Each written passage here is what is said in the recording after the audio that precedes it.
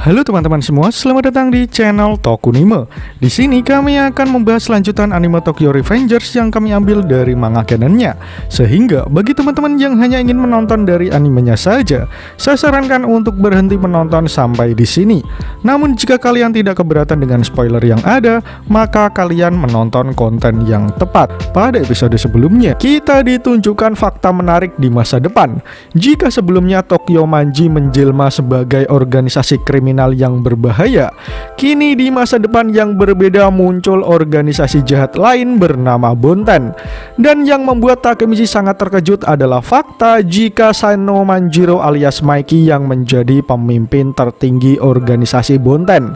Sebenarnya apa yang terjadi ketika Takemichi kembali ke masa depan? Mari langsung saja kita bahas alur cerita Tokyo Revengers episode kali ini.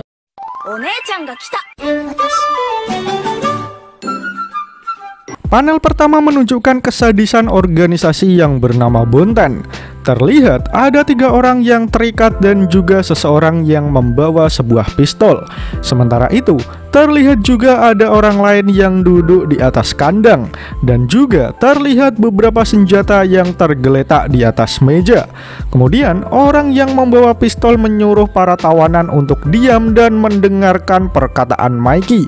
Sementara itu, Mikey sedang asik melahap makanan favoritnya. Tapi tiba-tiba, Mikey menyuruh bawahannya untuk membunuh tawanan mereka semua.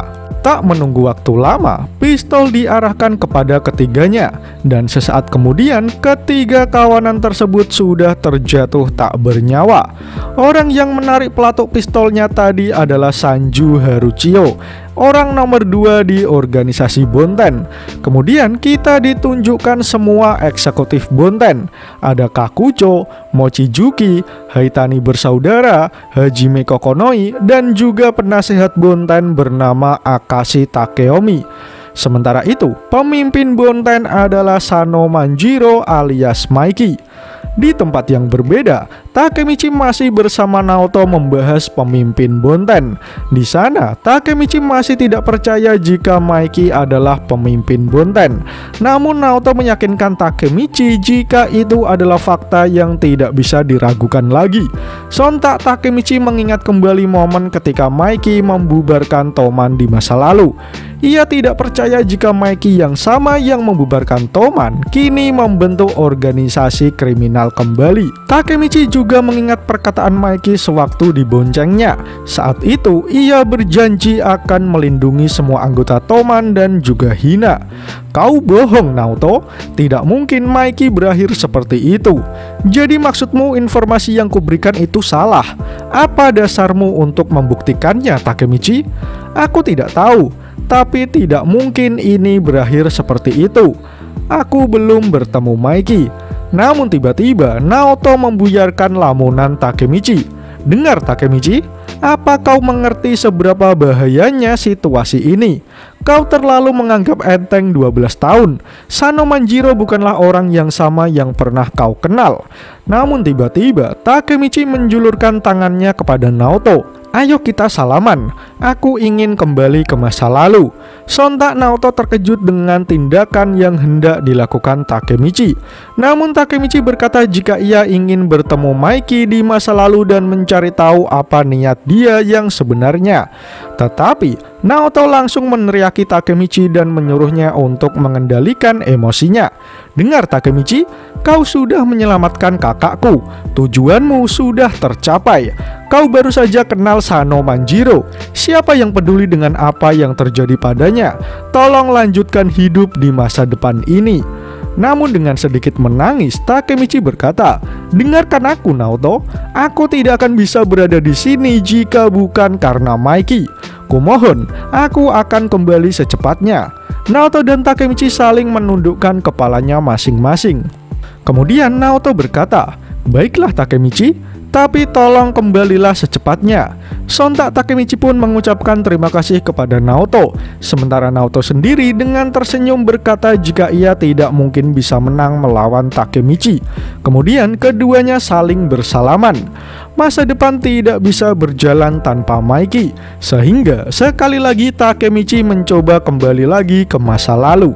Sebelum kalian lanjut nonton, bantu kami untuk menekan tombol subscribe dan nyalakan loncengnya supaya kalian tidak ketinggalan informasi menarik dari channel Tokunime. Namun setelah Takemichi bersalaman dengan Naoto, Takemichi tidak bisa melompati waktu seperti biasanya.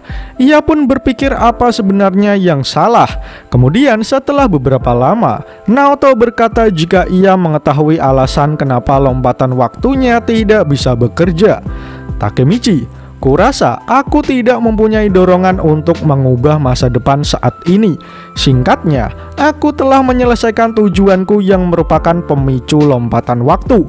Kemungkinan pemicunya tidak mau bekerja tanpa ada dorongan yang kuat untuk mengubah masa depan. Mendengar hal itu, Takemichi sudah tidak tahu harus berbuat apa. Tak lama kemudian, ia mampir ke tempat Chifuyu dan menceritakan semuanya. Jadi kau tidak bisa melompati waktu lagi ya? Takemichi pun membenarkan hal itu. Tapi Chifuyu berkata jika saat ini Takemichi sudah berhasil menyelamatkan Hina.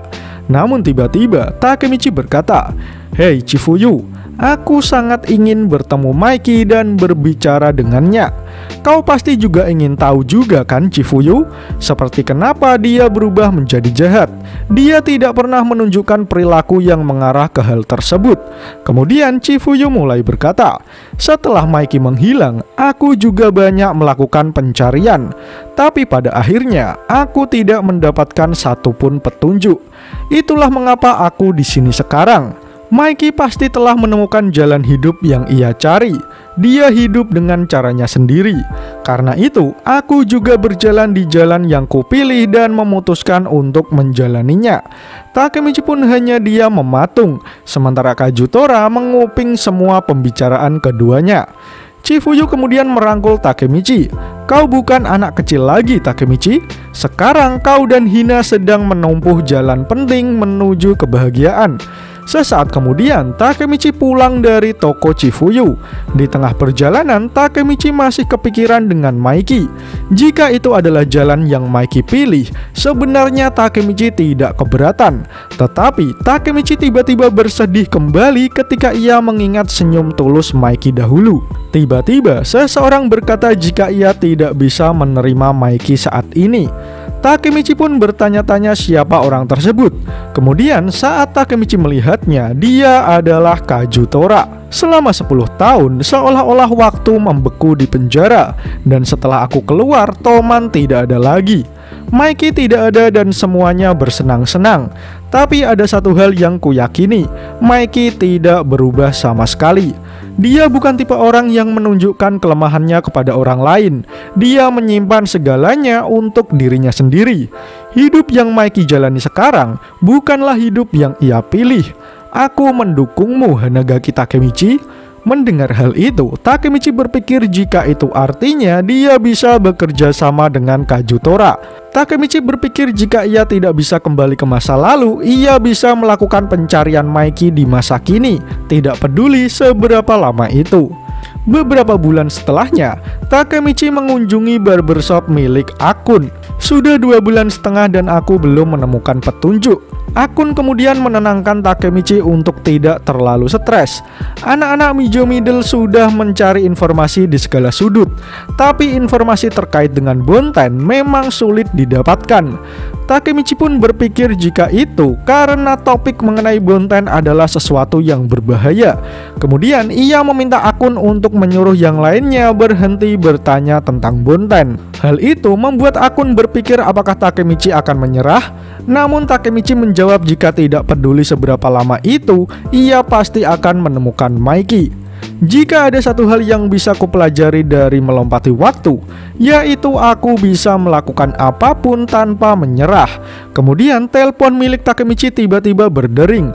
Itu adalah telepon dari Hakkai yang memberitahukan jika ia baru saja sampai di Jepang. Kemudian Hakkai mengajak Takemichi untuk membuka kapsul waktunya. Hal itu membuat Takemichi teringat akan masa lalu, dan chapter pun berakhir.